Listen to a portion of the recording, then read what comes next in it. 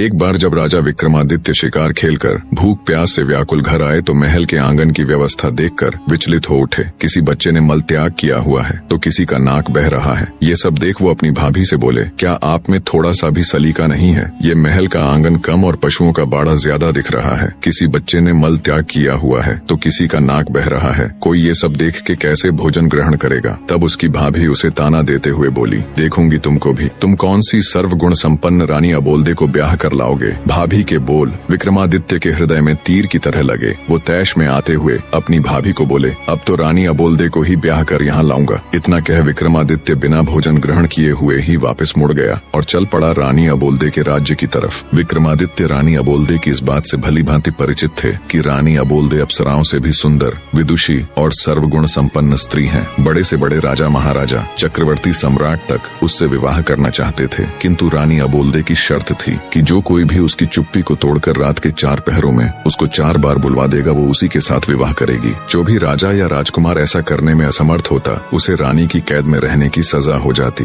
अब तक कोई भी राजा या राजकुमार 4 बार तो क्या, 1 बार भी रानी को नहीं बुलवा सके थे। 111 राजा व राजकुमार रानी को बुलवाने का ये असफल प्रयास कर चुके थे, जो अब उनकी कैद में पड़े थे। रानी अबोल्दे ने अपने महल के सामने एक बड़ा ढोल रखवा रखा था। जो कोई भी राजा या राजकुमार रानी से विवाह करने का इच्छुक होता, उसे डंके की चोट मार उस ढोल को बजाकर आगाज करना होता था। राजा विक्रमादित्य ने चलते चलते एक योजना बनाई। उसके पास 4 ऐसे अदृश्य वीर थे जो उनके हर हुक्म को मानते थे। राजा विक्रमादित्य उन वीरों के साथ शाम होने से पहले ही रानी अबोल्दे के महल के सामने पहुंच गया और डंका उठा, जोर से ढोल पर दे मारा। ढोल की आवाज सुनकर रानी ने अपने सेवकों को आदेश दिया, ढोल बजाने वाले को आदर सहित अतिथि गृह में ले जाए और उचित सत्कार किया जाए। रात का पहला पहर शुरू होने से पहले ही रानी अबोल्दे 16 श्रृंगार कर अपने महल में पलंग पर बैठ गई और सेवकों को आदेश दिया कि राजा विक्रमादित्य को उनके समक्ष लाया जाए। राजा विक्रमादित्य सेवकों के आग्रह पर रानी अबोल्दे के महल में आ गए और अपनी योजना के अनुसार अपने 4 अदृश्य वीरों को उनके अति सूक्ष्म रूप में अलग अलग स्थानों पर बैठा दिया। एक को रानी के पलंग के पास, दूसरे को रानी के मटके के पास, तीसरे को रानी की खिड़की के पास और चौथे को रानी के हार के पास बैठा दिया और वो खुद भी रानी के समक्ष एक काठ की कुर्सी पर बैठ गए। उन्होंने रानी से बातचीत करने का प्रयास किया, पर रानी अबोल्दे ने कोई जवाब नहीं दिया। वो तो उनके सामने ऐसे बैठ गई जैसे कोई पत्थर की मूर्त हो। तब राजा विक्रमादित्य ने रानी के पलंग की तरफ देखते हुए कहा, अरे भाई रानी के पलंग, रानी तो बोलेगी नहीं, अब तू ही कह कुछ बात जिससे कटे रात। राजा की बात सुन रानी के पलंग पर बैठा उसका वीर बोला, महाराज मेरे में इतना दिमाग कहाँ कि आपको कुछ कह सुनाऊं? हाँ, अगर आप कुछ सुनाएंगे तो हुंकारा जरूर भर दूंगा। राजा विक्रमादित्य बोले, ठीक है तो फिर सुनो। एक राजा के लड़के की दोस्ती एक बनिए के लड़के के साथ हो गई। बाल्य अवस्था से ही दोनों साथ रहने लगे, साथ शिक्षा ग्रहण करते, साथ खेलते कूदते। दोनों की मित्रता इतनी गाढ़ी हो गई कि दोनों एक दूसरे के बिना रह नहीं पाते। समय बीता, दोनों जवान हो गए। एक दिन बनिए के लड़के को उसके पिता ने कहा, बेटा अब तुम युवा अवस्था में आ गए हो, ज्यादा दिनों तक बहू का मायके में रहना ठीक नहीं है। तुम अपने ससुराल जाओ और अपनी पत्नी को ले आओ। पुराने समय में छोटी उम्र में ही बच्चों की शादियां कर दी जाती थीं।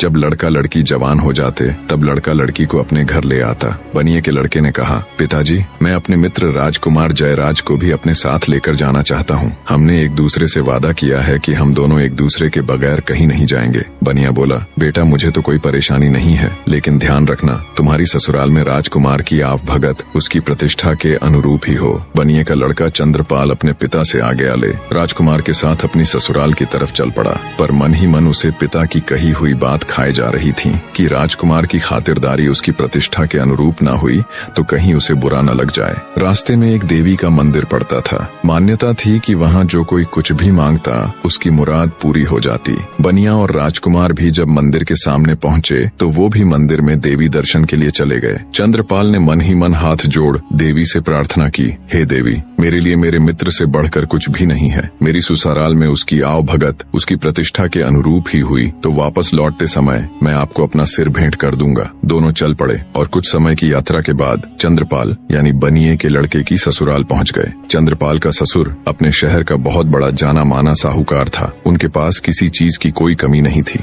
उन्होंने अपने दामाद और उसके मित्र की खूब अच्छे से खातिरदारी की और 15 दिनों तक उन्हें जाने नहीं दिया तथा बड़े मान सम्मान के साथ उनकी आवभगत की, जिससे चंद्रपाल और राजकुमार बहुत प्रभावित हुए। 16वें दिन चंद्रपाल के बहुत कहने पर उन्होंने बड़े आदर सत्कार सहित अपनी बेटी के साथ उनको विदा कर दिया। रास्ते में राजकुमार ने अपने मित्र के आगे उसके ससुराल वालों की बड़ी प्रशंसा की। चलते चलते जब वे देवी के मंदिर के सामने पहुँचे तो बनिए का लड़का अपनी पत्नी और मित्र को थोड़ी देर रुकने के लिए कह मंदिर के अंदर चला गया और अपनी प्रतिज्ञा अनुसार उसने अपना सिर काटकर देवी के चरणों में अर्पित कर दिया। जब बहुत देर तक वो नहीं आया तो राजकुमार जयराज उसे देखने के लिए मंदिर गया। उसका कटा हुआ सिर देखकर उसके पैरों नीचे से जमीन खिसक गई। सोचा अगर मित्र ही जिंदा नहीं रहा तो मैं जीकर क्या करूंगा। उसने भी अपना सिर कलम कर लिया। उधर जब नव विवाहिता चंद्रकला को बहुत देर इंतजार करते हो गई तो वो भी किसी अनहोनी की आशंका से मंदिर के अंदर गई। जब उसने वहाँ का नजारा देखा तो उसके होश उड़ गए। उसकी जोरदार चीख से वातावरण दहल उठा। रोते हुए वो देवी के सामने बोली,